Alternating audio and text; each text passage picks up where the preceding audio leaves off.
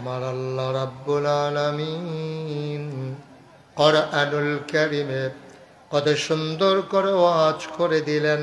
আল্লাহ বলেন, লা ইন শাকারতুম লা আযীদান্নাকুম। ও দুনিয়ার মানুষ, নিয়ামত পেয়ে যদি শুকরিয়া আদায় করবে, যেই নিয়ামত পেয়ে শুকরিয়া আদায় করবে, শুকরিয়া আদায়ের কারণে ওই নিয়ামত আমার আল্লাহ আরো বহুত গুণে বাড়িয়ে দেবেন। বলেন সুবহানাল্লাহ। আমার আল্লাহ যা বলেন তা করেন নাকি করেন না? কম কম না বেশি বেশি? প্রমাণ আছে নাকি নাই? কোরআনুল কারীমে 30 পারায় সূরা বুরুজের শেষ অংশে আল্লাহ কত সুন্দর করে ওয়াজ করে দিলেন। আল্লাহ বলেন, ফাআলুল লিমা ইউরিদ। আমার আল্লাহ এমন আল্লাহ, তার যা মন চায় ওই কাজটাকে আমার আল্লাহ বেশি বেশি করে দেন। বলেন সুবহানাল্লাহ। আমার আল্লাহ দুনিয়ার মানুষের মতো না। দুনিয়ার মানুষ বলে একটা করে আর একটা, ঠিক কিনা? দুনিয়ার মানুষ অসুখে পড়লে একরকম, ভালো হয়ে গেলে আরেক রকম, বিপদে পড়লে একরকম, বিপদ দূর হয়ে গেলে আরেক রকম, নদী পার হওয়ার আগে একরকম, নদী পার হয়ে গেলে আরেক রকম, নির্বাচনে দাঁড়াইলে একরকম, পাশ করার পরে আরেক রকম, ঠিক কিনা? ও মুসলমান, মন দিয়ে শোনো, আমার আল্লাহ রাব্বুল আলামিন তিনি যা বলেন তিনি তাই করে দেন। তিনি কখনো ওয়াদা খেলাফ করেন না। ওয়াদা খেলাফ করা আমার আল্লাহর জন্য শোভাও পায় না। তিনি নিজেই নিজের ব্যাপারে ওয়াজ করে দিলেন। আল্লাহ বলেন, ইন্নাকা লা তুখলিফুল মিআদ। আমার আল্লাহ এমন আল্লাহ, তিনি যা ওয়াদা করেন, ওয়াদার খেলাফ করা আমার আল্লাহর জন্য শোভা পায় না। বলেন সুবহানাল্লাহ। এই আল্লাহ আছেন নাকি নাই? ছিলেন নাকি ছিলেন না? থাকবেন নাকি থাকবেন না? আমার এই আল্লাহ কয়জন? জোরে কোন। লাম ইয়ালিদ ওয়ালাম ইউলাদ ওয়ালাম ইয়াকুল লাহু কুফুয়ান আহাদ। তিনি কারো থেকে জন্ম নেন নাই, কাউকে জন্ম দেন নাই। ও বন্ধু, দুনিয়ায় পীরের মতো পীর হয়, নেতার মতো নেতা হয়, মন্ত্রীর মতো মন্ত্রী হয়, এমপির মতো এমপি হয়। আমার আল্লাহর কি মতো হয়? আমার আল্লাহর কি নমুনা হয়? আমার আল্লাহর কি ডুপ্লিকেট হয়? আমার এই আল্লাহ কয়জন? জোরে কন, আর জোরে, মধুর সুরে, সবাই মিলে মন প্রাণ উজাড় করে গলা ছেড়ে দিয়ে চলো সবাই মিলে জানিয়ে দেই, লা ইলাহা লা ইলাহা লা ইলাহা ইল্লাল্লাহ লা ইলাহা। আসমান জমিন গায়রুল্লাহ, পাহাড় পর্বত গায়রুল, আসমান জমিন গায়রুল্লাহ, পাহাড় পর্বত গায়রুল্লাহ। শুধু তুমি মাবুদ এক আল্লাহ, লা ইলাহা লা ইলাহা লা ইলাহা লা মাবুদা ইল্লাল্লাহ লা মাশুকা ইল্লাল্লাহ লা মাওজুদা ইল্লাল্লাহ লা মাকসুদা ইল্লাল্লাহ লা ইলাহা লা ইলাহা লা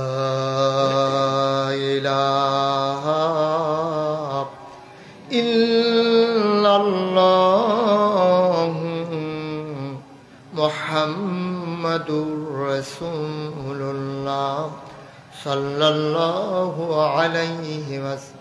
সবাই পড়েন আলহামদুলিল্লাহ।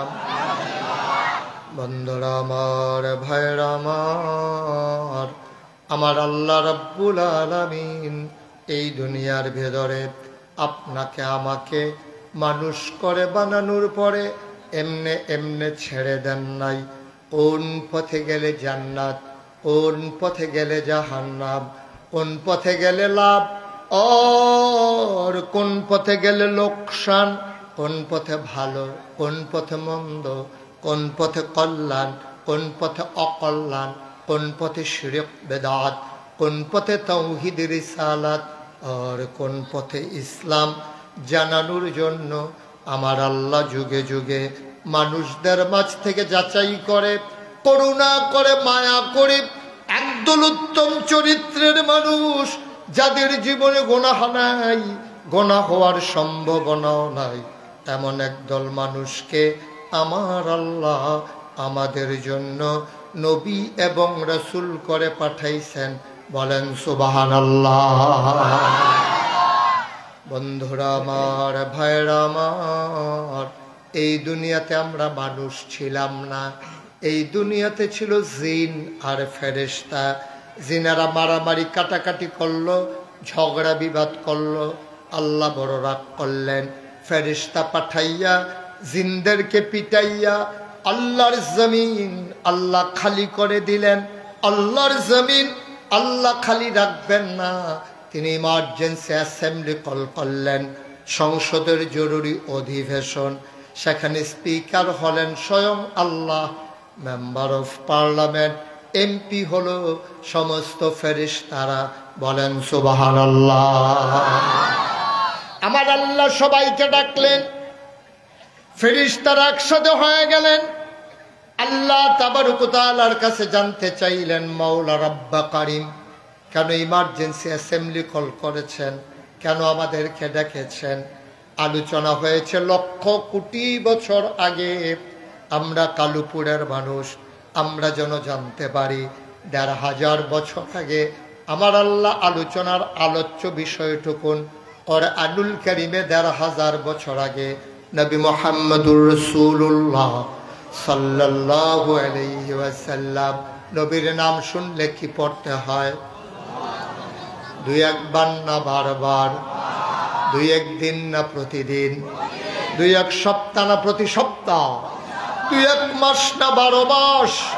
দুই এক বছর না সারা জীবন? আমরা পড়ব সাল্লাল্লাহু আলাইহি ওয়াসাল্লাম। সবাই কোন আমিন? বন্ধুরা আমার, ভাইরা আমার, আমার আল্লাহ রাব্বুল আলামিন ফেরেশতাদেরকে ডাকলেন। ফেরেশতারা জানতে চাইলেন, মাওলা কেন আপনি ইমার্জেন্সি অ্যাসেম্বলি কল করেছেন, কেন ডেকেছেন? আল্লাহ তাবারক ওয়া তাআলা লক্ষ কোটি বছর আগে মানুষ বানানোর আগে আলোচনা এনেছেন। আমরা অনেকেই পারি, অনেকেই জানি। চলেন সবাই মিলে পড়ি।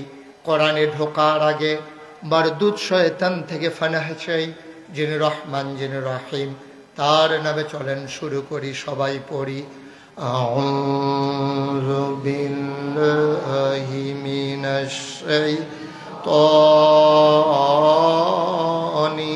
রাজিম।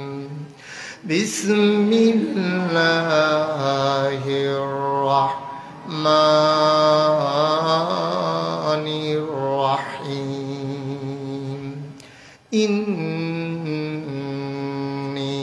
জাইলুন ফিল আরদি খলিফা। আল্লাহ ডেকে বললেন, ও ফেরেশতারা, আমি একটা কওম, আমি একটা সম্প্রদায়, আমি একদল মানুষ বানাতে চাই যাদের পরিচয় হলো তারা আমার খলিফা। সুবহানাল্লাহ। ফেরেশতারা বললেন, বানানোর দরকার নাই, মানুষ কেন বানাবেন? আমরা যারা ফেরেশতা আছি আমরাই আপনাকে ডাকার জন্য যথেষ্ট। আল্লাহ তাবারক ওয়া তাআলা তাদের যুক্তি মানলেন না। ফেরেশতারা বলল, মানুষ মারামারি করবে, কাটাকাটি করবে, ঝগড়া বিবাদ করবে। আল্লাহ তাদের যুক্তি মানলেন না।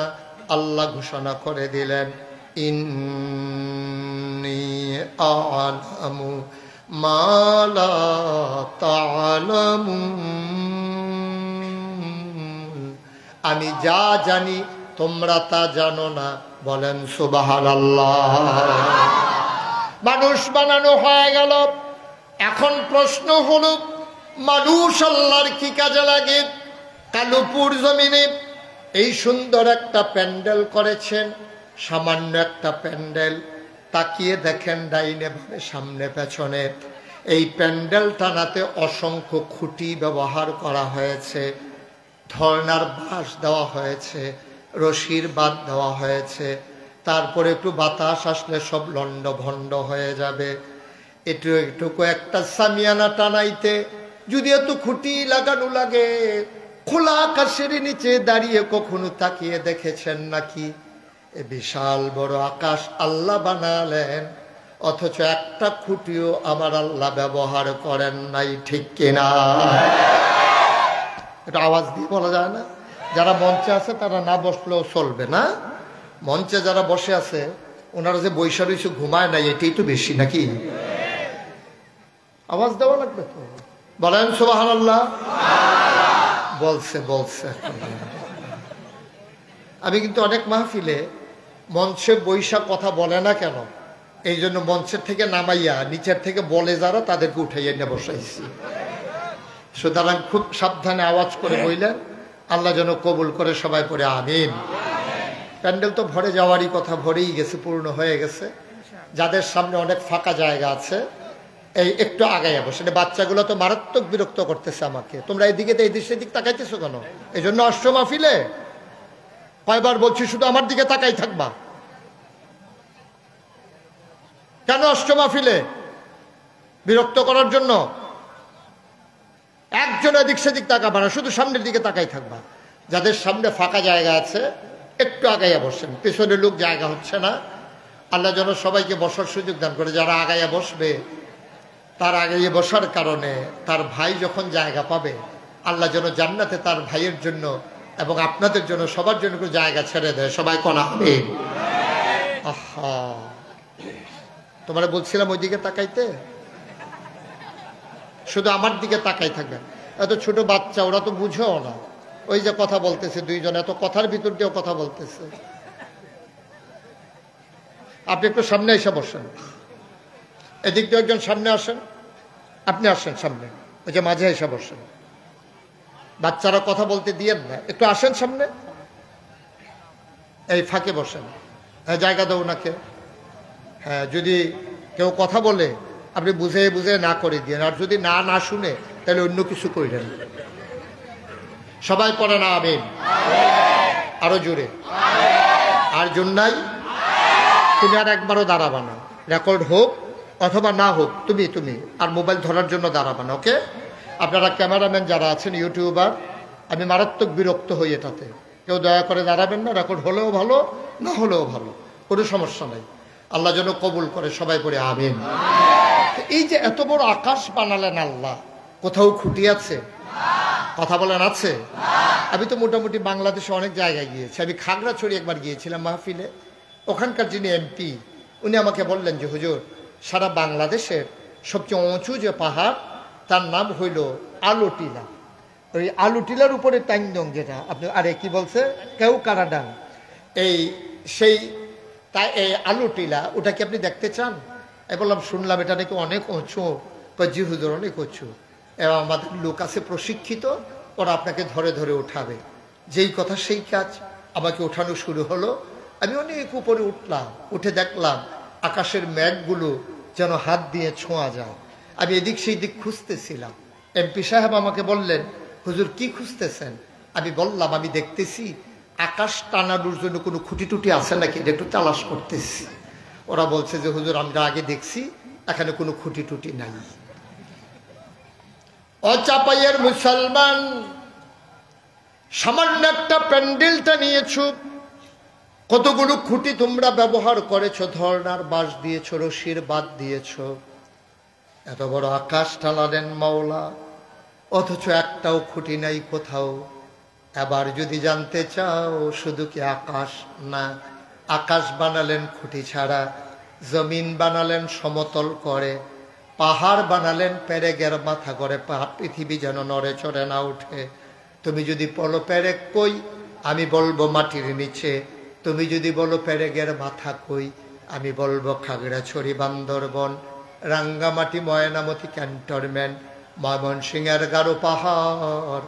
সব খুঁজে খুঁজে দেখো, ওই যে পাহাড়, ওইগুলো পাহাড় না, ওইগুলাই পেরেকের মাথা।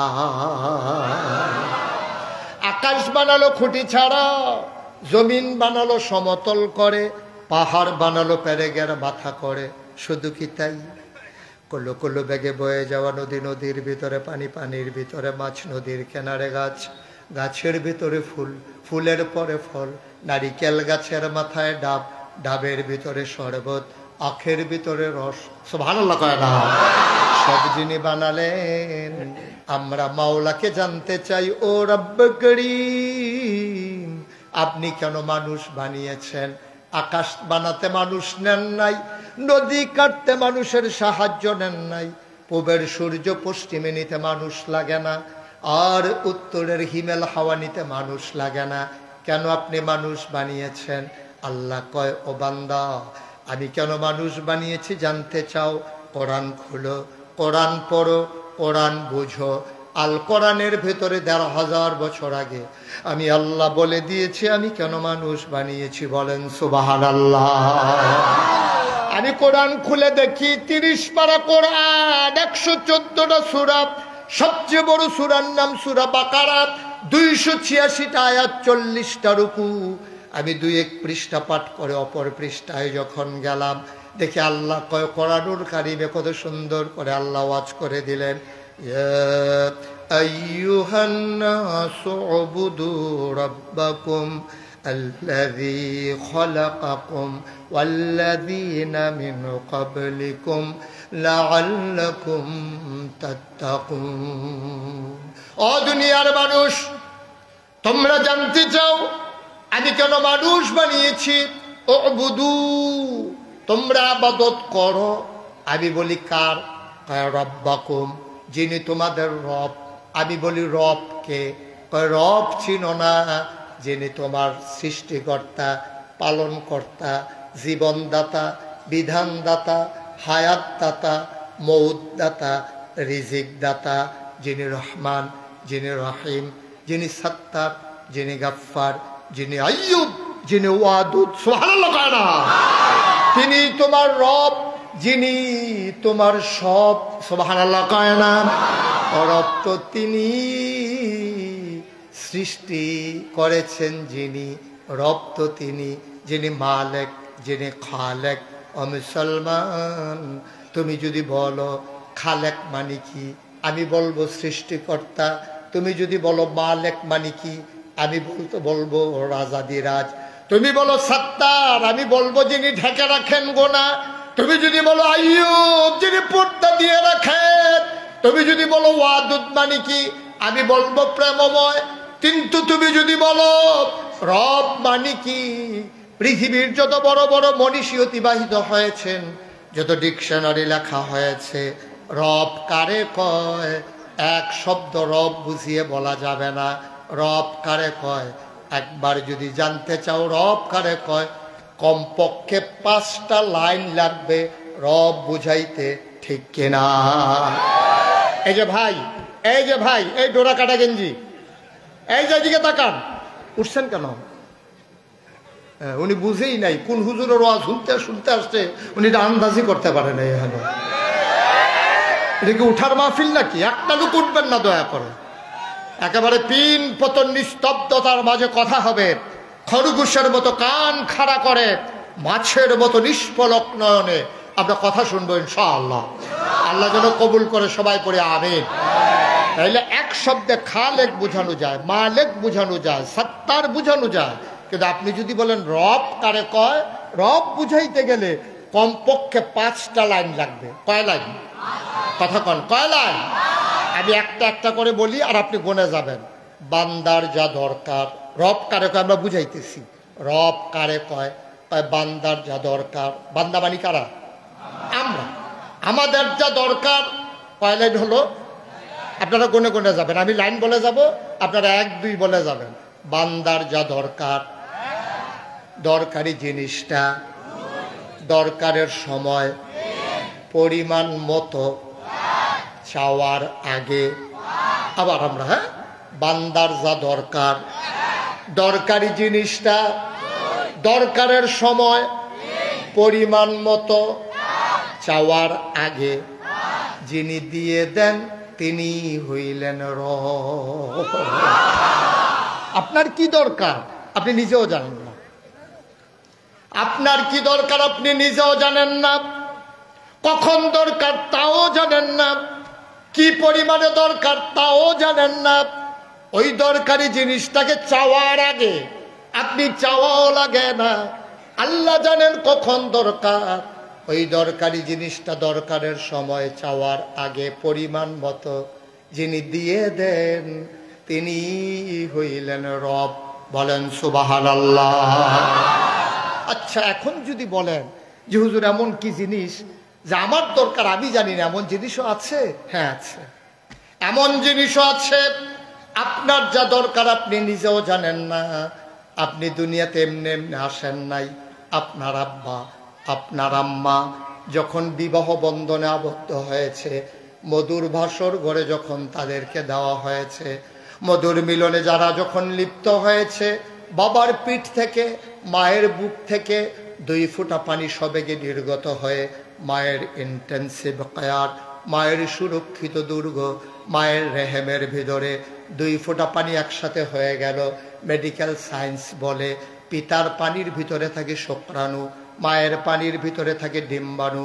শুক্রাণু ডিম্বাণুর মিলনে জীবনের পয়দা হয়।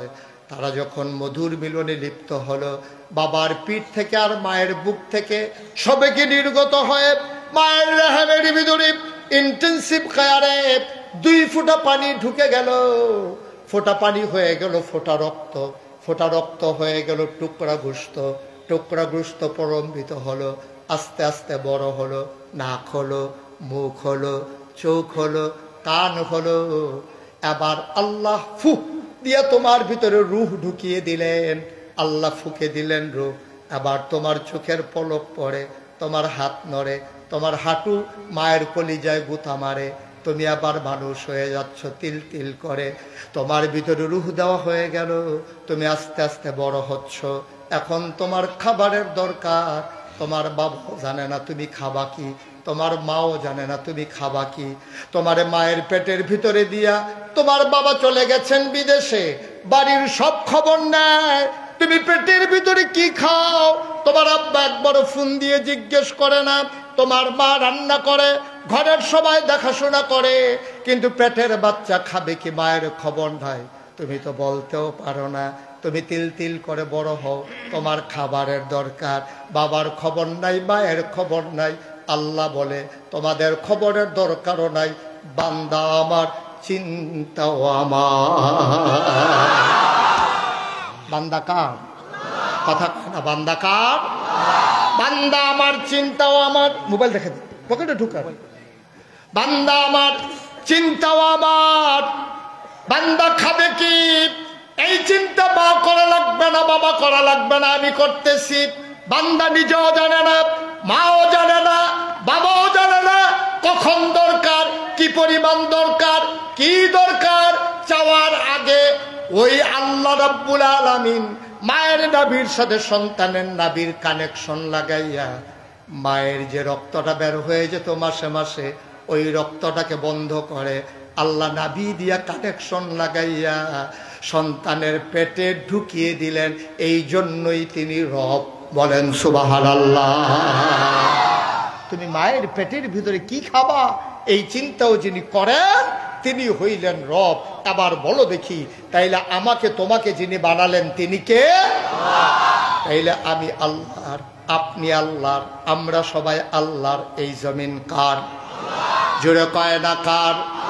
তুমি আমি কার? জমিন কার? তাইলে আবার স্পষ্ট করে বলে দাও, তুমি আমার, তুমি আমি আল্লাহর, জমিন আল্লাহর।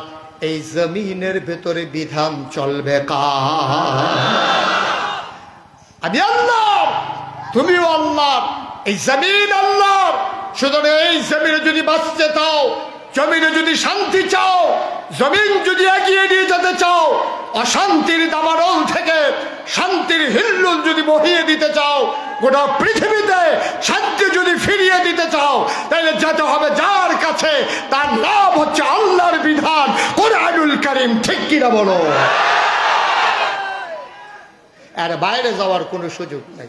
সবাই রাজি আছেন ইনশাআল্লাহ? বন্ধুরা আমার, ভাইরা আমার, এ আল্লাহ ডাক দেয়া কয়, বান্দা, ও বান্দা, তুমি জানতে চেয়েছিলে তোমারে কেন বানিয়েছি। উবুদু রাব্বাকুম, তুমি ইবাদত করবে তোমার রব, আল্লাযী খলাকাকুম, যিনি তোমাদেরকে সৃষ্টি করেছেন, ওয়াল্লাযীনা মিন ক্বাবলিকুম, শুধু তোমারে না, তোমার যারা পূর্বপুরুষ, তোমার আব্বা, তোমার আম্মা, তোমার দাদা, তোমার দাদি, তোমার নানা, তোমার নানি, তোমার 14 গোষ্ঠী, তোমার জাতির পিতা ইব্রাহিম। জাতির পিতা কে? কথা কয় না কে? গত 17 বছর কত মানুষকে জাতির পিতা মুখস্থ করাইতে চাইছে, ঠিক কিনা? পাঠ্যপুস্তকে, মিছিলে, স্লোগানে, দেয়াল লিখন করে, টেলিভিশনে, ইলেকট্রনিক্স মিডিয়ায়, প্রিন্ট মিডিয়ায়, সোশ্যাল মিডিয়ার মাধ্যমে কতভাবে জাতির পিতা হিসাবে মুখস্থ করানো চেয়েছে। আমার বাংলার মুসলমান সহ পৃথিবীর 200 কোটি মুসলমান জাতির পিতা হিসাবে ইব্রাহিম ছাড়া আর কাউকে মানে না, ঠিক কিনা বলো? আমাদের জাতির পিতার কি নাম? আমাদের জাতির পিতা ইব্রাহিম, আমাদের আদি পিতা আদম, মাতা হাওয়া, আমাদের নবী মুহাম্মদুর রাসূলুল্লাহ সাল্লাল্লাহু আলাইহি ওয়াসাল্লাম, সবাইকে যিনি বানিয়েছেন, উবুদু রাব্বাকুম, ইবাদত হবে শুধুমাত্র, কেবলমাত্র, একমাত্র আমার আল্লাহ রাব্বুল আলামিনের, ঠিক কিনা? সবাই একমত হয়ে গেলেন, ইবাদত হবে কার? না, কথা কয় না দেখি, কার? তাইলে যদি বলেন যে ইবাদত হবে আল্লাহর, তাইলে বাংলাদেশে মাজারের ভিতরে সাজদা দেয় কে? কে দেয় সাজদা? আমাদের ভিতরে একদল মানুষই তো আছে যারা মাজারে গিয়া সাজদা দেয়, দেয় নাকি দেয় না? মাজারের ভিতরে সাজদা দেয়, পীরের পায়ের ভিতরে সাজদা দেয়, পীরের পায়ের ভিতরে চুমু খায়, পীরের গোসলের পানি খায়। নাউজুবিল্লাহ বলবেন না? তাইলে ইবাদত হবে শুধুমাত্র। আহা, এভাবে একজন একজন করে উঠলে তো ওয়াজ হবে না। কতক্ষণ হয়েছে আসার নামাজ হয়েছে? বিরক্ত করতেছেন কেন? এই যে উনি এখান থেকে ওইখানে গিয়ে বইছে, তাহলে লাভ হইল কি? উনি বাড়িতেও পুরা রাত্রে এক রুমে ঘুমায় না, এই রুমে কতক্ষণ, ওই কত বড় বুদ্ধিমান মানুষ। এমনি তো আমাদের বুদ্ধি বেশি, যেটা তো আমাদের সবার জানাই আছে, কারণ আমাদের বুদ্ধির জন্য নবীজি দোয়া করে গেছেন, ঠিক কিনা কন? উম্মতে মুহাম্মদের বুদ্ধি কি কম না বেশি? কথা কয় না, কম না বেশি? উম্মতে মুহাম্মদের বুদ্ধি অনেক বেশি। একটার পর একটা বিশৃঙ্খলা। তুমি এমন করলে পেছনের লোক দেখতে পারে?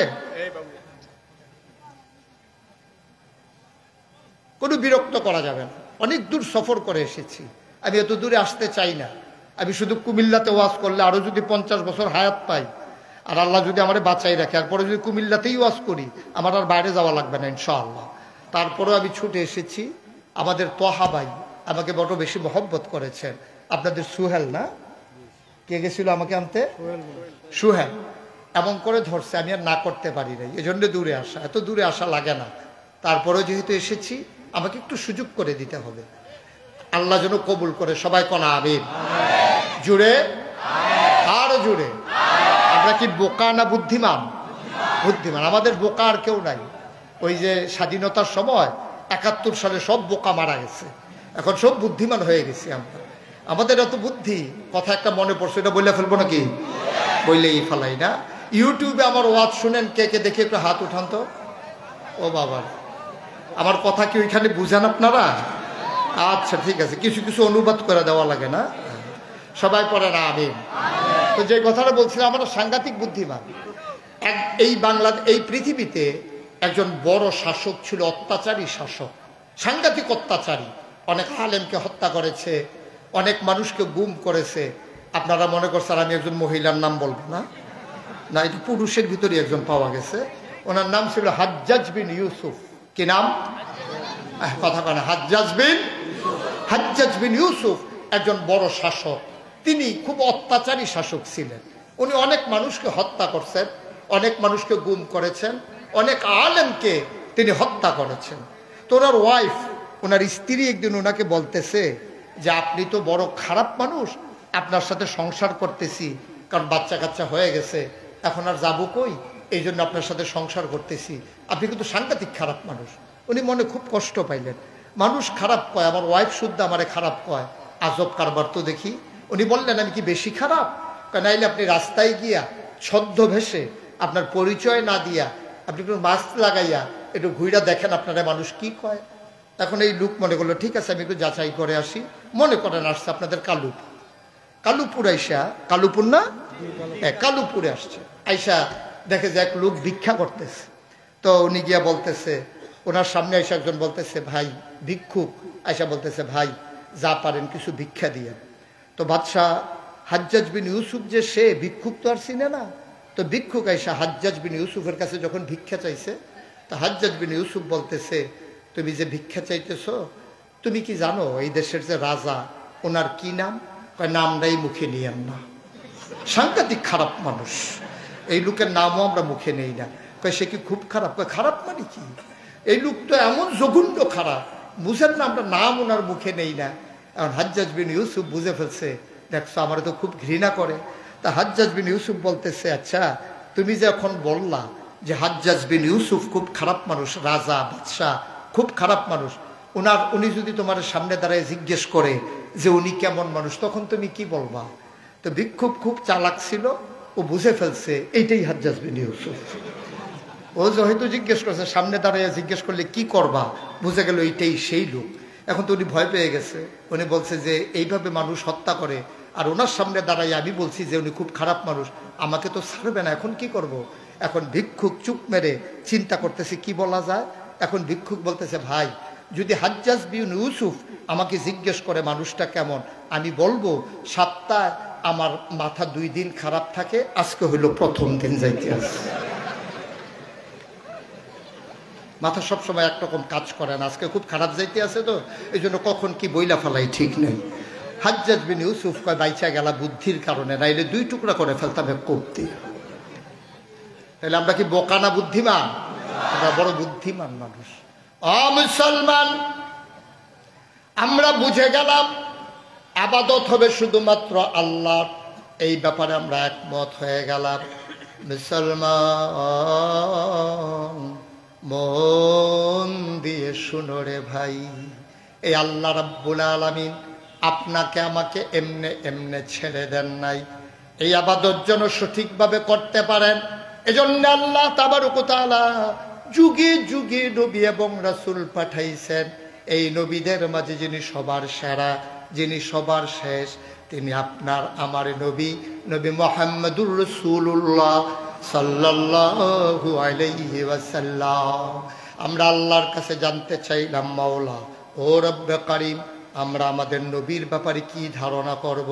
ওলামায়ে কেরাম একমত হয়ে গেলেন নবীর ব্যাপারে 3টা বড় বড় ধারণা আছে আমাদের। তিনি ইমামুল মুরসালিন, তিনি খাতামান নবিয়্যিন, তিনি রাহমাতুল লিল আলামিন। বলেন সুবহানাল্লাহ। আমরা জানতে চাইলাম মাওলা ও রব্বে কারীম, এই নবীর ব্যাপারে আমরা কি ধারণা করব? আল্লাহ যেন ডাক দিয়া কয় বান্দারে, ও বান্দা আমার ব্যাপারে তোমাদের কি ধারণা?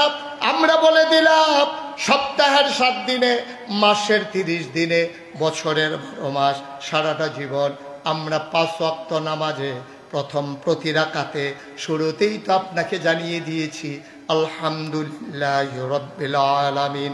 সমস্ত প্রশংসা কেবলমাত্র শুধুমাত্র একমাত্র রব্বুল আলামিন, সমস্ত জগতের যিনি রব তার জন্যে। ও মুসলমান, তাইলে আবার আল্লাহ কয় শুনো শুনো শুনো, আমার ব্যাপারে তোমাদের ধারণা, আমি হইলাম সকল জায়গায় রব। এবার আমার নবীকে চিনে যাও, যত জায়গায় আমি রব। ওয়ামা আরসালনাকা ইল্লা রাহমাতাল লিল আলামিন। সবাই মজা করে পড়েন দেখি, ওয়ামা আরসালনাকা ইল্লা রাহমাতাল লিল আলামিন। যত জায়গায় আমার আল্লাহ রব, তত জায়গায় আমার নবী রহমত। আমার নবীকে রহমত। আল্লাহ কুরআনুল কারীমে সুন্দর করে আরো ওয়াজ করে দিলেন। আল্লাহ বলেন, ফাবিমা রাহমাতিন মিনাল্লাহ فبما رحمة من الله لنت لهم ولو كنت فظا غليظ القلب لانفضوا من حولك فاعف عنهم واستغفر لهم وشاورهم في الأمر فإذا عزمت فتوكل على الله ইন্নাল্লাহা ইউহিব্বুল মুতাওয়াক্কিলিন। সুবহানাল্লাহ বলবেন না? আল্লাহ ডাকদা কয় ফাবিমা রাহমাতিন মিনাল্লাহ, ও নবী, আল্লাহর পক্ষ থেকে সবচেয়ে বড় রহমত যেটা আপনাকে দেওয়া হয়েছে, লিংতালাকুম, আপনার মনটাকে সবার জন্য নরম করে বানানো হয়েছে। তাইলে আমার নবীর মনটা গরম না নরম? কথা কয় না, গরম না নরম? মুসলমান, আমার নবীর ব্যাপারে জানতে চাও? সাহাবিন, তাবিন, তাবিন, উম্মাহাতুল মুমিনিন, আইম্মে মুজতাহিদিন, আইম্মে শরীয়ত, আইম্মে তরিকত, সালফে সালিহিন, উলামায়ে মুতাকাদ্দিমিন, মুতাআখিরিন, ইমাম সাহাবান, মুফাসসিরিন কেরাম, মুফতিয়ানে নিজাম, সবাই মিলে একমত হয়ে গেল। শোনো শোনো শোনো, 1,24,000 বলো আর 2,24,000 বলো, এক একজন নবীর আল্লাহ এক একটা নিয়ামত দিয়েছেন। আদম সফিউল্লাহ, নূহ আদমে সানি, ইব্রাহিম খলিলুল্লাহ, ইসমাইল জাবিউল্লাহ, মূসা কালিমুল্লাহ, ঈসা রূহুল্লাহ, সুলাইমান নবীর দিল রাজত্ব, ইউসুফ নবীর দিল সুন্দর কণ্ঠ, দাউদ ইউসুফ নবীর দিল সুন্দর চেহারা, দাউদ নবীর দিল সুন্দর কণ্ঠ। আমরা জানতে চাই, আমাদের নবী সবার সেরা নবী, আমাদের নবী সবার শেষ নবী, আমাদের নবী হইল রহমতের নবী। আমার নবীকে আল্লাহ আপনি কি দিয়েছেন? আল্লাহ যেন ডেকে ডেকে কয়। সবাই মিলে একমত হয়ে গেল, সবাই মিলে মিশে রায় দিয়ে দিল। 1,24,000 বলো আর 2,24,000 বলো, সকল নবী এবং রাসূল মিলে যা আমার নবীজি একাইতা।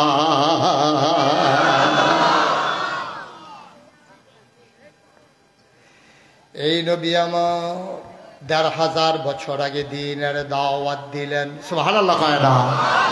তিনি যখন ডাক দিয়া বললেন, কুলু লা ইলাহা ইল্লাল্লাহ, তোমরা সবাই বলো লা ইলাহা ইল্লাল্লাহ তুফলিহুন, তোমরা সবাই মিলে যদি লা ইলাহা ইল্লাল্লাহ বলতে পারো, তোমরা হয়ে যাবা সফল কাম। সুবহানাল্লাহ কয় না? এই দাওয়াত যখন নবী দিলেন, সর্বপ্রথম দাওয়াতটা যার কানে পৌঁছে গেল, তিনি আমাদের আম্মাজান, নবীর প্রথম স্ত্রী আম্মাজান খাদিজা রাদিয়াল্লাহু তাআলা আনহা। বলেন সুবহানাল্লাহ।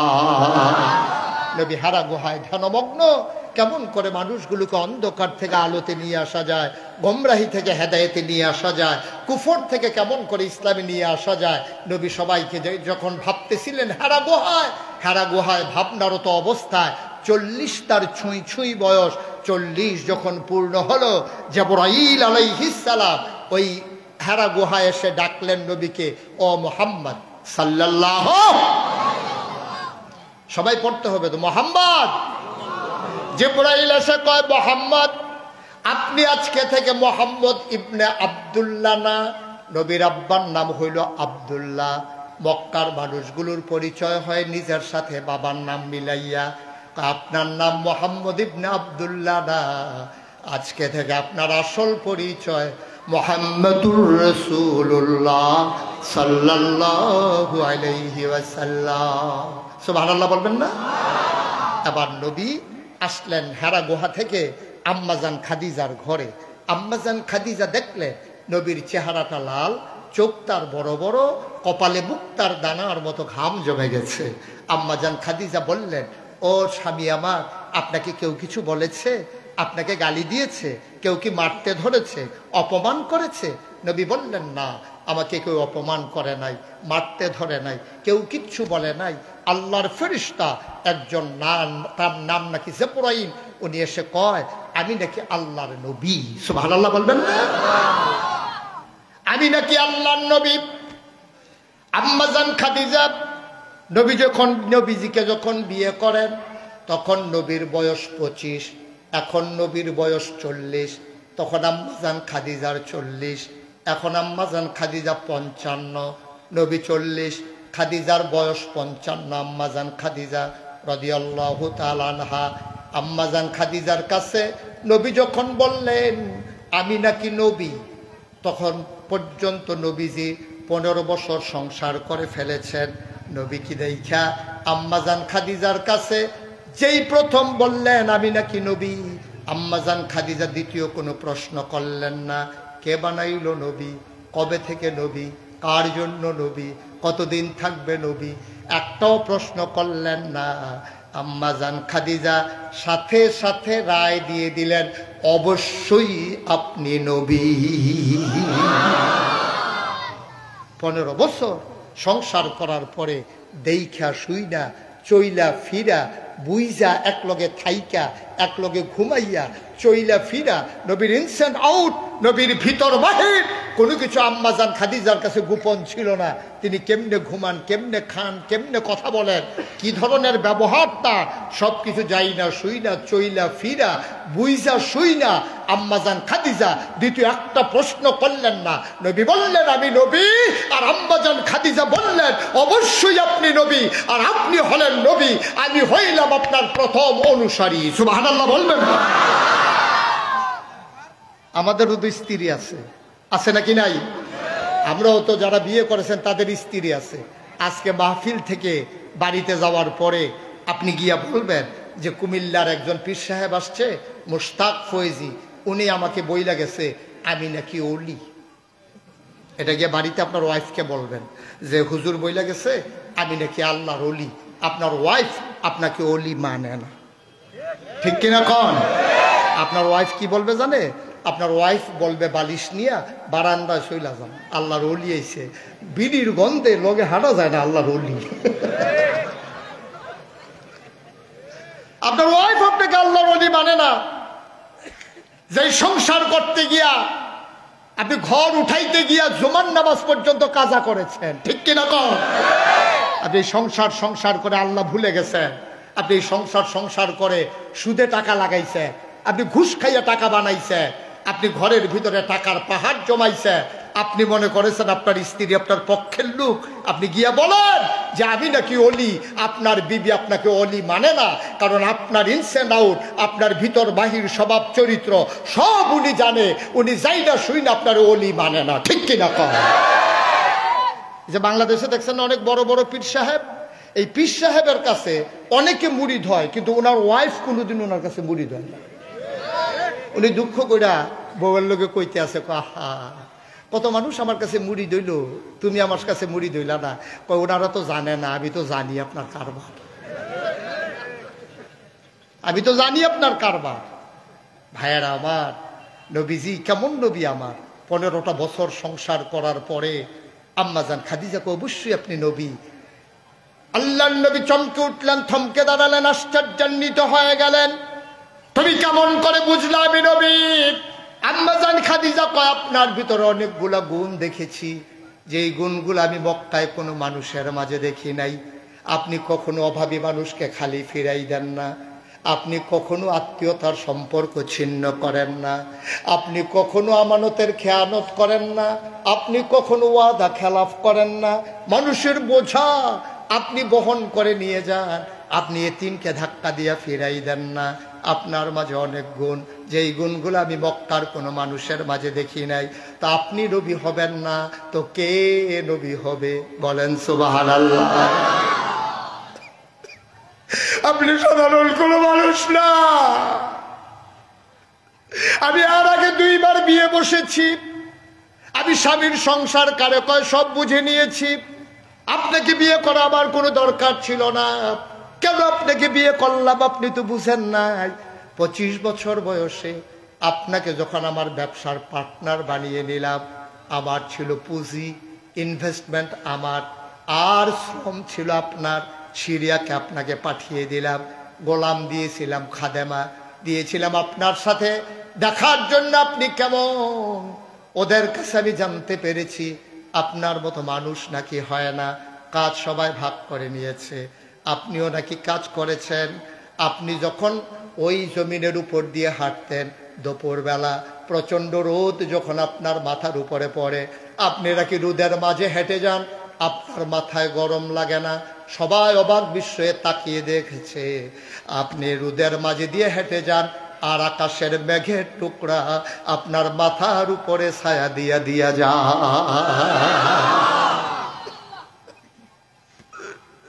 আপনি নবী হবেন না কে হবে?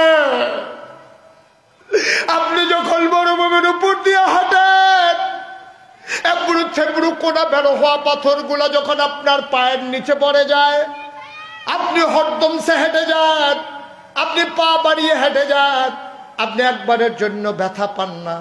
সাহাবারা পেছন থেকে অপেক্ষা করে কেন মানুষটা ব্যথা পায় না। দৌড়ে দৌড়ে মানুষগুলো পেছনে পেছনে দৌড়ায়, দৌড়ে গিয়ে আপনার কদমের নিচে পড়া পাথরটাকে হাতে নিয়ে দেখে যে এই পাথরটা পায়ের নিচে পড়লে আপনি ব্যথা পাওয়ার কথা, ওই পাথরটা আপনার কদমের ইজ্জতে শক্ত পাথর তুলার মতো নরম হয়ে গেছে। আপনি তো সেই মানুষ, আপনি তো সেই মানুষ। তা আপনি নবী হবেন না তো হবে কে? এই মানুষটা যখন নবুয়ত ঘোষণা করলো, মক্কার সবাই কি পক্ষে চলে গেছে? কথা কোন পক্ষে চলে গেছে? তা আপনি এখন বাংলাদেশের সবাই পক্ষে থাকবে এটা আশা করেন কেমনে? কেমনে আশা করেন এটা? আপনি দিনের পথে চললেই সবাই দিনের পক্ষে হয়ে যাবে, আপনি আশা করেন কেমনে? আপনি মনে রাখবেন, সেই ১৫০০ বছর আগে দ্বীনের যারা অনুসারী হয়েছিল, তৎকালীন কাফেরারা যেমন ছেড়ে দেয় নাই, আজকে যারা দ্বীনের পথে চলতে চান, আল্লাহর জমিনে আল্লাহর দ্বীন কায়েম করতে চান, মনে রাখবেন এই পথে আসার আগে সিদ্ধান্ত নিতে হবে। মামলা হবে, হামলা হবে, জেল জুলুম নির্যাতন হবে, প্রয়োজনে জীবন দেওয়া যাবে, ঈমান দেওয়া যাবে না। রাজি আছো কিনা? হাত তুলে দেখো।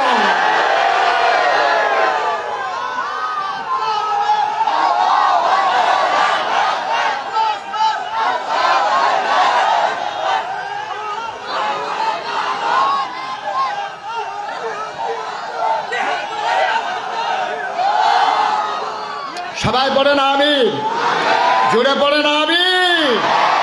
সেই জামানায় আবু বকর, উমর, উসমান যেমন ছিল, আবার যেমন ছিল আবু জেহেল, আবুল আহাব, উতবা, সাইবা। আজকে আবু বকর, উমর, উসমান নাই, আমরা তার অনুসারীরা আছি। ঠিক কিনা বলো? আমরা যেমন তার অনুসারীরা আছি, আবার আবু জেহেল, আবুল আহাব, উতবা, সাইবা তাদের অনুসারীরাও আছে। ঠিক কিনা কর?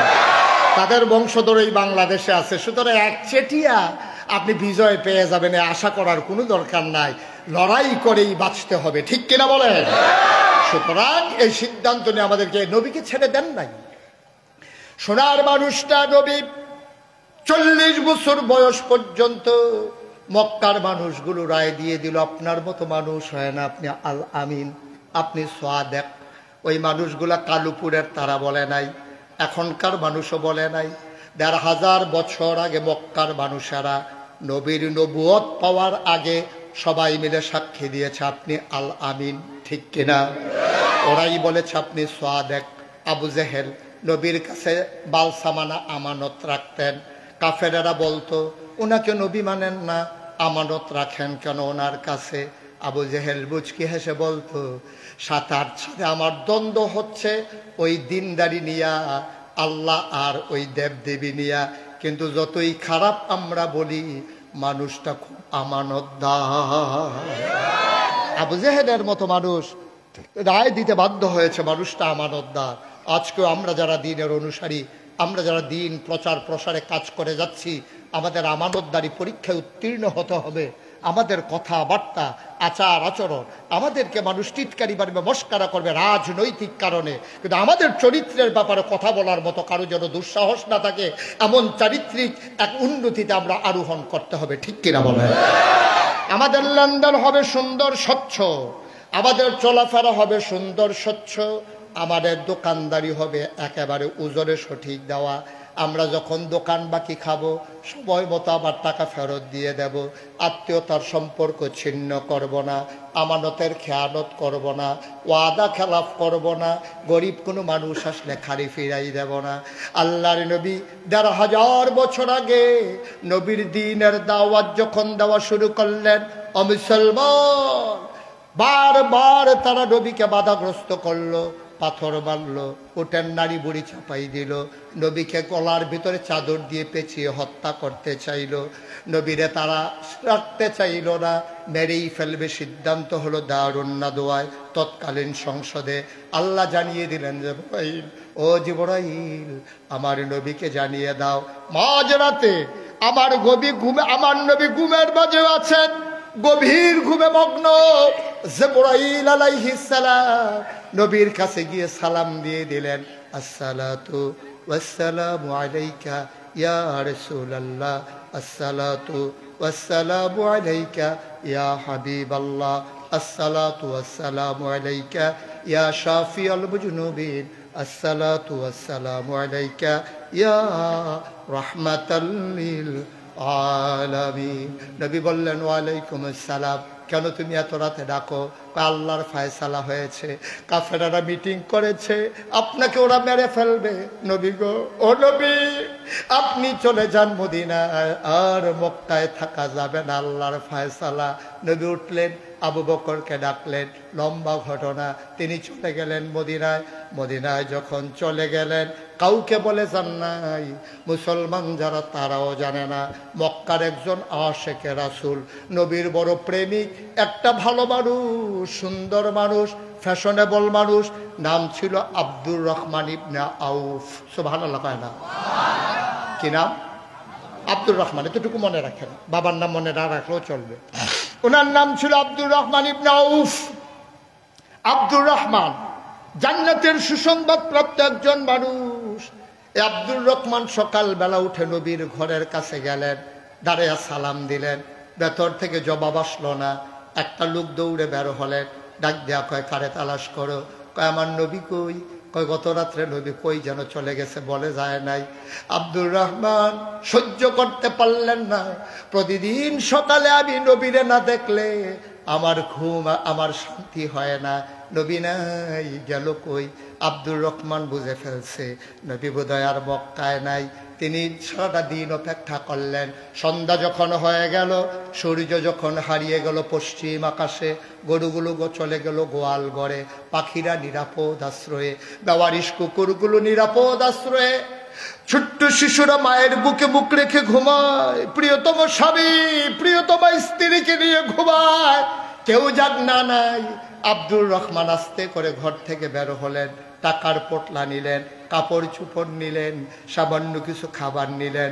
তিনি মনে করলেন যে এই মক্কায় নবী নাই, এই মক্কায় আমি আব্দুর রহমান থাকতে পারবো না, আমি বাঁচবো না, নবীরা না দেখলে আমি বাঁচবো না, আমি মক্কায় আর থাকবো না, আমি চলে যাব মদিনায়। তিনি পুটলা নিয়ে রওনা করলেন। মক্কার কাফেররা সীমান্ত চৌকি বসালো। বাংলাদেশে যেমন বর্ডার গার্ড যেন সাপ্লাই হতে পারে মাল বিদেশে, ইন্ডিয়ার বর্ডার চেক দেওয়ার জন্যে যেন মাল সামানা সাপ্লাই হতে না পারে, যেন সীমান্তে চোরাচালার চোরাকারবারি না করতে পারে, এজন্যে যেমন করে বর্ডার গার্ড পাহারা দেয়। মক্কার কাফেরেরা সীমান্ত চৌকি বসালেন, কোনো মুসলমান যেন মদিনায় যেতে না পারে। মুসলমান মন দিয়ে শুনো রে ভাই, এবার আব্দুর রহমান যখন মদিনার বর্ডার ক্রস করবেন, মক্কার সীমান্ত পার হয়ে তিনি যখন বের হয়ে যাবেন, ওই সীমান্ত চৌকি যুবকদের হাতে ধরা পড়ে গেলেন। তারে নিয়ে আসলো দারুন নাদওয়ায়। কাফেরেরা জিজ্ঞেস করে, আবু জেহেল, আবুল আহাব, উতবা, সাইবা, ওরা জিজ্ঞেস করে, ও বা আব্দুর রহমান, তুমি তো ভালো মানুষ, তুমি তো ভালো মানুষ, তুমি সুন্দর মানুষ, তুমি অত্যন্ত পরিচ্ছন্ন মানুষ, কোনোদিন কারো কোনো ক্ষতি করো নাই, কোনো ঝগড়া করো নাই, তুমি কোনো ঝামেলায় নাই, ভাই দেশ ছেড়ে তুমি কই যাও? আমি চলে যাব মদিনায়। কই মদিনায় কেন? কয় যে এই মক্কায় নবী নাই, এই মক্কায় আমি থাকতে পারি না। এবার কাফেরেরা কয়, পাঞ্জাবি যে গায়ে দিস ওইটা কোন জায়গার কেনা? কয় মক্কার টাকায় কেনা। কয় খুলে দাও। লুঙ্গি কোন জায়গা? ওরা বুঝে ফেলছে, আব্দুর রহমান বুঝে ফেলছে, ওরা আবার লুঙ্গিটা সুদ্ধা খুলে ফেলবে। আব্দুর রহমান চোখের পানি ছেড়ে দিয়ে কয়, ভাই পটলার ভিতরে টাকা আছে, নিয়ে যাও, গায়ের পাঞ্জাবি খুলে দাও, ইজ্জতের উপরে আঘাত কইরো না, আমাকে তোমরা ছেড়ে দাও, আমার যা আছে সব তোমরা নিয়ে যাও। আব্দুর রহমান কাঁদতে কাঁদতে ঘরে চলে গেলেন। সারা রাত তিনি ঘুমাইতে পারলেন না। শেষ রাতে সবাই যখন গভীর ঘুমে আচ্ছন্ন, তিনি আস্তে করে উঠে পড়লেন। সীমান্তে যে যুবকেরা ওরাও ঘুমায়। আব্দুর রহমান দ্রুত বেগে ওই বর্ডার ক্রস করলেন, হাঁটতে শুরু করলেন। রাতের বেলা তিনি হাঁটেন, দিনের বেলা কোনো পাহাড়ের গুহায় লুকিয়ে থাকে।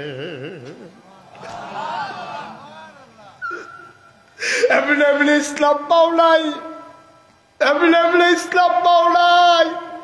রক্তের বিনিময়ে, জীবনের বিনিময়ে, ঘামের বিনিময়ে ইসলাম, বড় কষ্টের ইসলাম আব্বা, এমনি এমনি ইসলাম পাও নাই রে ভাই।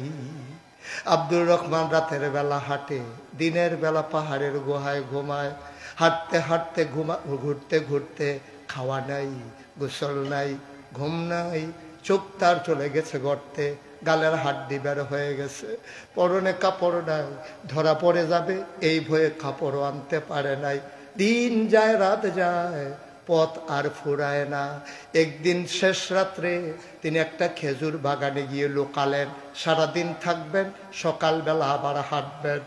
একেবারে সুবহি সাদেক পার হয়ে সূর্য উদয় হবে, ফজরের ওয়াক্ত যখন হয়ে গেল, খেজুর বাগানে বসে বসে আব্দুর রহমান শুনলেন কে যেন মসজিদের মিনার থেকে ডাকে, হাইয়া আলাস সালাহ, হাইয়া আলাল ফালাহ। আব্দুর রহমান বুঝলেন আমি বোধহয় মদিনা সীমান্তে চলে এসেছি। তিনি আবার বের হয়ে দিলেন দৌড়। দৌড়ে দৌড়ে দৌড়ে দৌড়ে মসজিদের কিনারে গেলেন। ঠান্ডা পানি দিয়ে ওযু করে তিনি মসজিদের এক কোনায় বসে রইলেন। উনিও কাউরে চিনে না, ওনারেও কেউ চিনে না। নবীজি ঢুকলেন, নামাজ শুরু হয়ে গেল। নামাজ শেষ হয়ে গেল, নবী আবার ঘুরে বসলেন সাহাবাদের দিকে। নবীর একটা অভ্যাস ছিল, নামাজ শেষ করে সবার দিকে ঘুরে বসে খোঁজ খবর নিতেন। তিনি যখন ঘুরে বসলেন, ঘুরে বসার পরে তিনি তাকাইয়া দেখলেন কোনার ভিতর একটা মানুষ বসে আছে, গায়ে কাপড় চোপড় নাই, চোখ তার গর্তে, গালের হাড্ডি বের হয়ে গেছে, একেবারে পাঁজরের হাড়গুলা পর্যন্ত গোনা যায়। আমার নবী বললেন ওই কোনায় একটা মানুষ দেখা যায়, কে রে? মক্কায় আমার একটা আদরের সাহাবা ছিল, নাম ছিল আব্দুর রহমান। মক্কায় একটা পাগল সাহাবা ছিল, আমার নাম ছিল তার আব্দুর রহমান। সে বড় পাগল ছিল, তার মক্কায় রেখে আমি চলে এসেছি। মানুষটা দেখতে তো আমার আব্দুর রহমানের মতো। কে এইটা? দাঁড়াও দেখি। আব্দুর রহমান আস্তে করে দাঁড়াইয়া চোখের পানি ছেড়ে দিয়ে কয়, নবী গো, ও নবী, যারে দেখতে আব্দুর রহমানের মতো মনে হয়, এটা আব্দুর রহমানের মতো না, আমি আপনার আব্দুর রহমান, আমি আপনার আব্দুর রহমান। আল্লাহর নবী কয়, কি সুন্দর চেহারা ছিল তোমার, চোখগুলো ছিল টানা টানা, ভাষা ভাষা, চোখ তো দেখি গড়তে চলে গেছে, হাড্ডি বের হয়ে গেছে, একেবারে পাঁজরের হাড় সহ গোনা যায়। আব্দুর রহমান, কে তোর এই অবস্থা বানাইল রে? আয় আয় আয়, আমার কাছে আয়। সাহাবারা রাস্তা করে দিলে আব্দুর রহমান মৃদু পায়ে নবীর দিকে হাঁটতেছেন। আল্লাহ নবী উঠে দাঁড়ালেন, হাত দুটো ছড়িয়ে দিলেন। আব্দুর রহমান মৃদু পায়ে গিয়ে আল্লাহ নবীর কাছে যখন গেলেন, নবী হাত দিয়া টেনে বুকের মাঝে জড়াইয়া ধরলেন। আব্দুর রহমান ও নবীকে জড়িয়ে ধরেছেন। আব্দুর রহমানের চোখের পানি দিয়া নবীর বুক ভিজে যায়, নবীর চোখের পানি দিয়া আব্দুর রহমানের পিঠ ভিজে যায়। আব্দুর রহমান নবীর ছাড়ে না। কতদিন আমার নবীর আমি দেখিলাম, কতদিন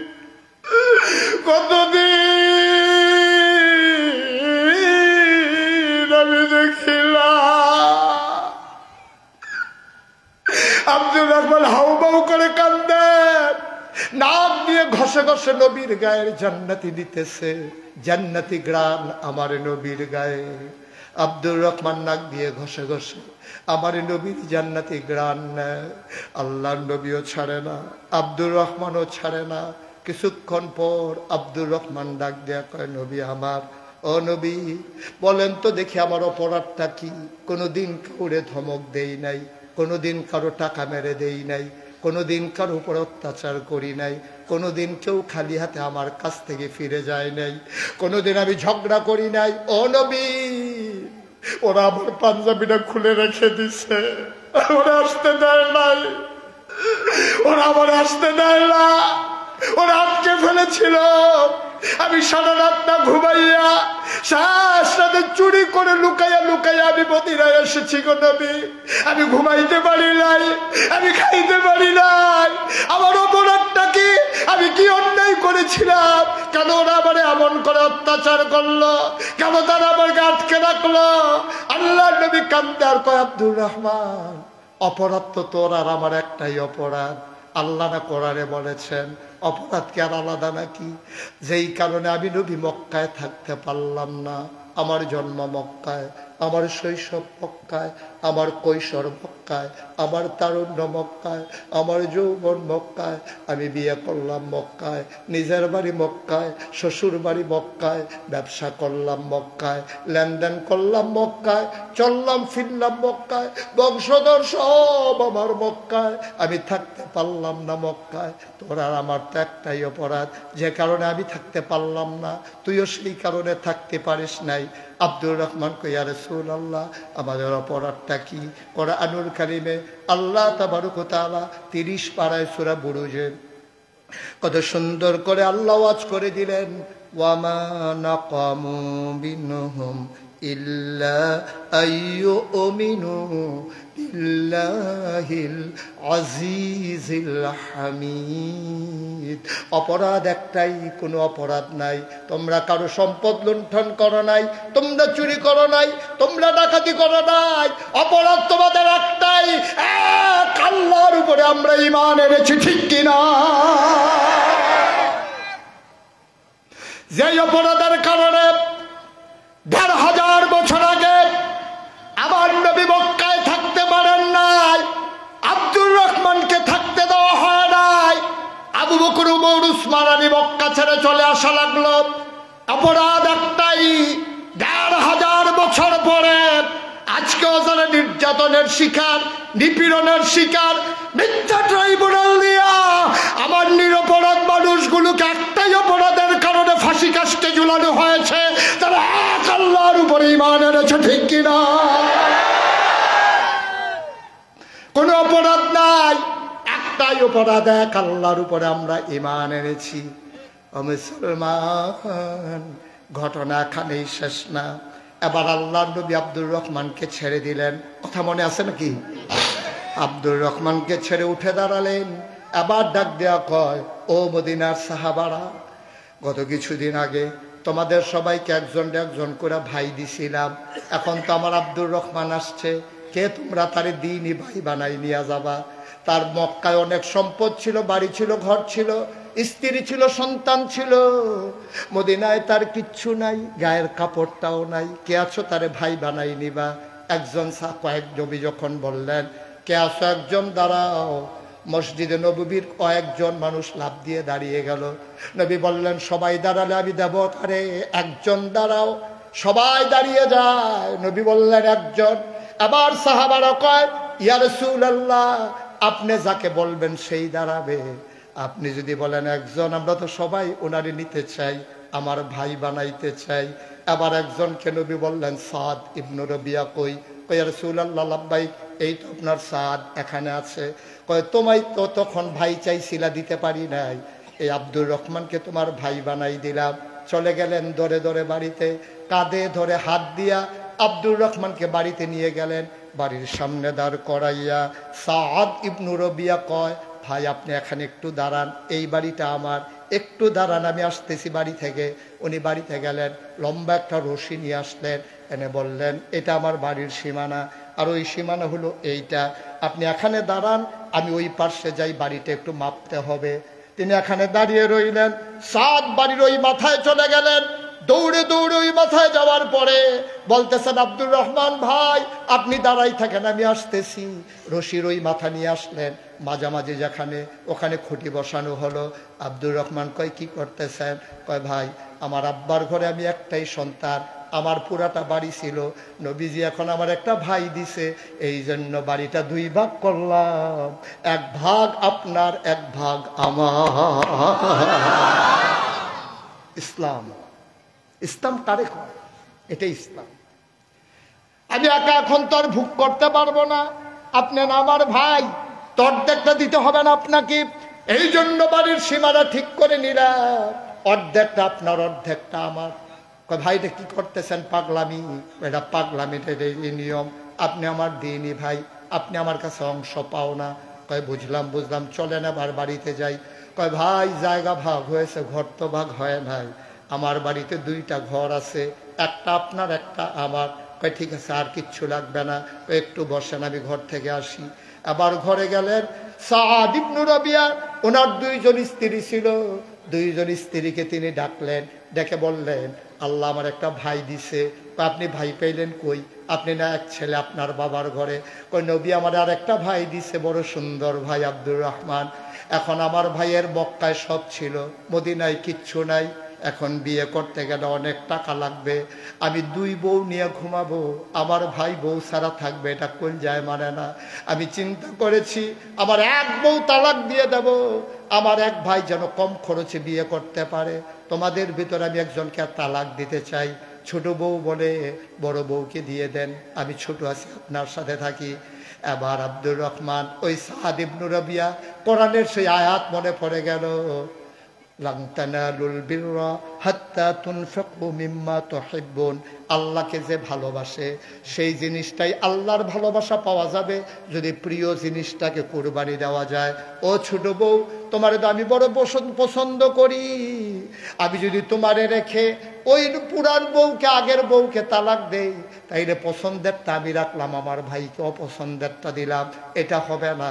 নিয়ত করেছি আমি আমার ভাইয়ের জন্য আমার ছোট বউকেই তালাক দিয়ে দেব।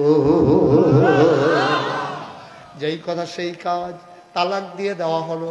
দৌড়ে দৌড়ে সাদ বাড়ির বাইরে গেলেন, গিয়ে বললেন, ভাই আব্দুর রহমান, ভাই আব্দুর রহমান, আপনি বউ ছাড়া থাকবেন, আমি দুই বউ নিয়ে ঘুমাবো, হবে না, আপনার জন্য বিবির ব্যবস্থা করেছি, কম খরচে বিয়ে হয়ে যাবে। কই পাইলেন? আমার দুইজন বিবি, একজন আমি তালাক দিয়ে ফেলেছি। বাড়ি ভাগ হলো, ঘর ভাগ হলো, বউ ভাগ হয়ে গেল। এবার আব্দুর রহমান ডাক সাদ ইবনু রবিয়া কয়, আব্বা আমার কিছু টাকা পয়সা দিয়ে গেছিল, এইটাও চলেন ভাগ করে ফেলি। এবার আব্দুর রহমান খপ করে হাতের ভিতরে ধরলেন, আর আগাবেন না, আমি ব্যবসা ভালো বুঝি, শুধু বাজারটা একটু দেখাই দেন, দেখবেন আমি কয়েকদিনের ভিতরে, আমার নবীর দোয়া আমার সাথে আছে, আমি ব্যবসা ভালো বুঝি, টাকা লাগবে না, শুধু বাজারটা দেখাই দেন, দেখবেন কয়েকদিনের ভিতরে আমি হয়ে যাব মদিনার সেরা ধনী। ইসলাম, এটার নাম ইসলাম। আমরা পারি, আমরা পারি এটা? শুধু আমি আমি আমি শুধু আমি, আমির বাইরে আমরা আমরাতে যেতে পারি না, খালি আমারে দাও, আমারে দাও, আমারে দাও, যা আছে সব আমার চাই, আমার ভাইয়ের দরকার নাই, ঠিক কিনা কও? আমরা নাদান হয়ে গেছি, নাদান, আমরা নাদান হয়ে গেছি, লুবি মানুষ হয়ে গেছি। আমার সামনে যেটা আছে এটাও লাগবে, পাতিলার ভিতরে আছে ওইটাও লাগবে, ওই যেইটা আছে ওইটাও লাগবে। আমার দেশের মানুষের মাথা বিক্রি করে রাজনীতি করে ক্ষমতার মসনদে আরোহণ করে, তোমরা এই বাংলাদেশের মানুষের উপরে রাজনীতি করে এই বাংলাদেশের টাকাগুলো তোমরা পাচার করেছো মালয়েশিয়া আর কানাডার ভিতরে, ঠিক কিনা বলো? রাজনীতি করো বাংলাদেশে, সেকেন্ড হোম করো মালয়েশিয়া কানাডায়। আমি বলি যারা বাংলাদেশে রাজনীতি করে বাংলাদেশে থাকতে মন চায় না, বাংলাদেশে তাদের রাজনীতি করার কোনো অধিকার নাই, ঠিক কিনা বলো? চিকিৎসার জন্য দৌড় দাও বিদেশ, আরামের জন্য দৌড় দাও বিদেশ, তাহলে বাংলাদেশের মানুষের মাথা বিক্রি করে রাজনীতি করার দরকারটা কি তোমার? চলে যাও বিদেশ, ঠিক কিনা কন? আমি এমন নেতা চাই যারা বাংলাদেশের টাকা বিদেশে পাচার করে না, ঠিক কিনা বলো? আমরা এমন নেতা চাই যাদের চিকিৎসার দরকার লাগলে তারা সিঙ্গাপুরে যায় না, বাংলাদেশের চিকিৎসায় তারা বিশ্বাস করে, ঠিক কিনা বলো? গজবে ধরছে আমাদেরকে, গজবে পাইছে। ৩৬ বছর মোশতাক ফয়েজি দেশে দেশের বাইরে আলোচনা করি, মাহফিলে কদম দিলে মাহফিলটার ওজন বুঝি। আজকে কালুঘাটে এই মাহফিলে ওয়াজ করতে এসে আমার মন সাক্ষী দিয়েছে আপনাদের মাহফিল আল্লাহ কবুল করে নিয়েছে। একটা লোক উঠবেন না, চলে যাবেন না। আমি সবাইকে নিয়ে দোয়া করব, দরকার আছে নাকি নাই? সবাই মিলে আমরা তওবা করব, আল্লাহ যেন আমাদের জীবনের গুনাহগুলো মাফ করে দেন। সবাই কোনা আমিন। একটা লোক উঠবেন না, যারা উঠেন নাই আর উঠবেন না, কয়েক মিনিটের ভিতরে আমি মাইক ছেড়ে দেবো ইনশাআল্লাহ। এই যে দেখছেন, আমি ওই যে বলতাম যদি যে উঠেন তাইলে ভালো ছিল, উঠবেন না বলছি তো এই জন্য উঠা যেতে আছে, উল্টা উল্টা। হ্যাঁ, আমাদের এলাকায় এক লোক গাছের ভিতরে উঠতে আছে, তো যখন কইছে নামো, হ্যাঁ আর উপরের দিকে উঠতে আছে। লোকজন আইয়া কয় তুমি নামো বললে ওটা নামাইতে পারবা না। কয় কি বলতে হবে? বলতে হবে যে উঠো উঠো উঠো। যখন কইছে উঠো, সে শুট করে নিচে নেমে এসে বসে। তা আপনাদের এলাকায় এরকম নাকি? যদি বলি যে উঠেন না তখন উঠে যাবে, আর যদি বলি উঠেন উঠেন সবাই বসে থাকবে নাকি? একটা লোক উঠবেন না দয়া করে, সবাই মিলে আমরা দোয়া করবো ইনশাআল্লাহ। এত বড় দোয়া আপনি পাবেন কই? হাজার হাজার মানুষকে নিয়ে আপনার আব্বার জন্য দোয়া হবে, আপনার আম্মার জন্য দোয়া হবে। আপনি চারটিখানি কথা মনে করেছেন, আল্লাহ যেন কবুল করে। সবাই পড়ে না আমিন।